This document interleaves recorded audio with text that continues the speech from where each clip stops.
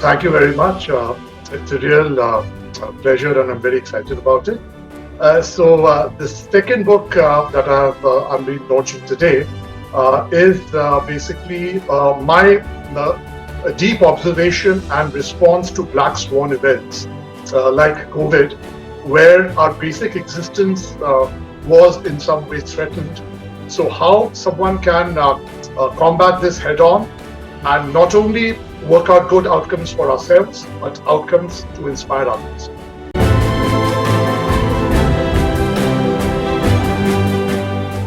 The crux of the book is essentially whenever a moment of crisis or a black swan event occurs, instantly we discard all our education, our values, or what we've been brought up, and we instantly go into survival mode, the instinct mode, if I were to put it.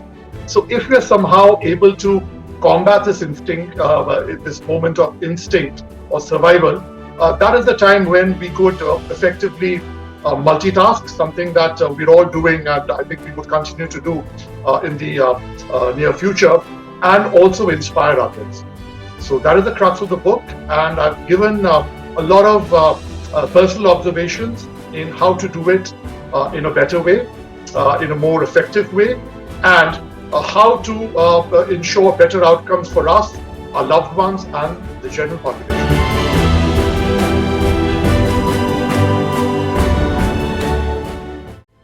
I've been very fascinated by a human being, the I, the personal I. So I has a lot of, I think I is one letter which starts a lot of good adjectives and bad adjectives as well.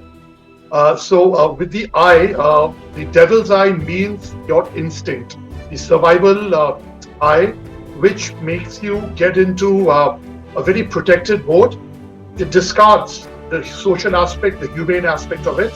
So that's why, in any black swan event or any moment of crisis or urgency, we instantly withdraw into the devil's eye.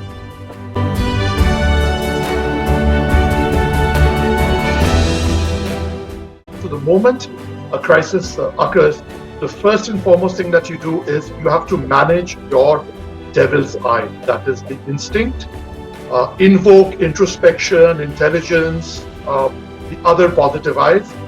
Move into the calmest part of the storm, which is called the storm's eye.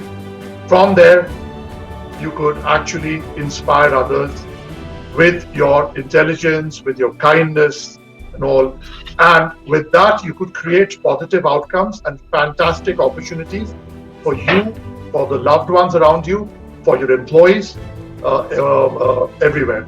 So leaders have a responsibility to manage their own devil's eye, move into the storm's eye, and inspire others, by which they would also get their own peace and satisfaction.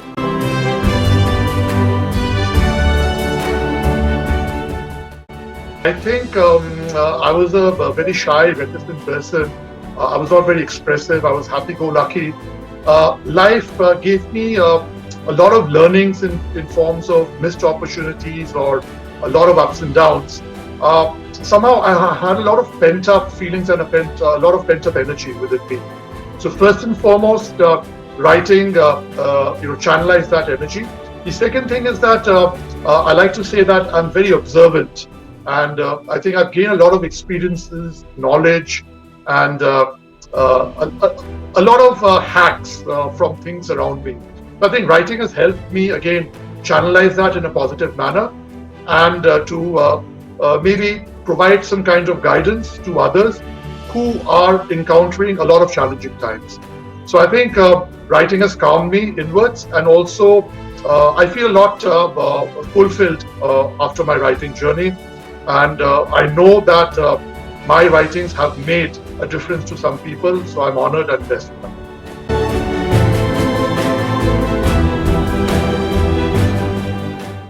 I like to think of myself as an absolute common person. So if I'm writing for myself, I am writing for people around me.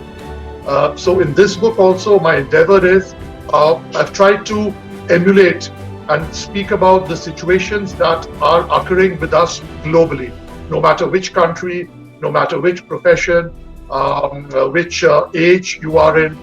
So we have encountered this particular event that has transformed our lives forever, maybe. And in this period, on the other hand, uh, we've also discovered ourselves. We've discovered kindness for others. So I hope with this book as well, I'm able to make a difference to my readers and help them being better versions of themselves, for themselves and for others.